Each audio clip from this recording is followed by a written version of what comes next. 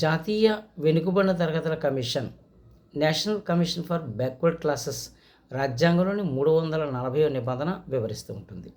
అయితే మొట్టమొదటిసారిగా 1953వ సంవత్సరంలో కాకా కేల్కర్ సారథ్యంలో మొదటి వెనుకబడిన తరగతుల కమిషన్ ఏర్పాటు చేశారు. రెండవది 1978లో బిపి మండల్ సారథ్యంలో రెండవ వెనుకబడిన తరగతుల కమిషన్ ఏర్పాటు చేయడం జరిగింది.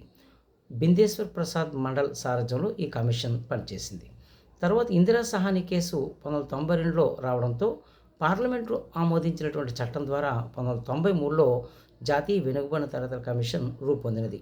ఇది 93 ఏప్రిల్ నుంచి ఇది పనిచేస్తూ ఉంటుంది. దీంట్లో ఒక చైర్మన్, ఒక వైస్ చైర్మన్, నలుగురు సభ్యులను రాష్ట్రపతి నియమిస్తారు.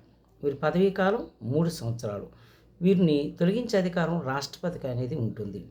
రాష్ట్రపతికి వీరు తమ రాజీనామా పత్రాన్ని అందజేయవలసి ఉంటుంది. వెనుకబడిన తరగతులకు సంబంధించినటువంటి ఫిర్యాదులను స్వీకరించడం, వెనుకబడిన కులాలను గుర్తించడం, రాష్ట్రపతికి అవసరమైతే సూచనలు సలహాలు ఇవ్వటం, వెనుకబడిన తరగతుల ఫిర్యాదులను పరిశీలించే అధికారం వెనుకబడిన తరగతుల కమిషన్కు ఉంటుంది.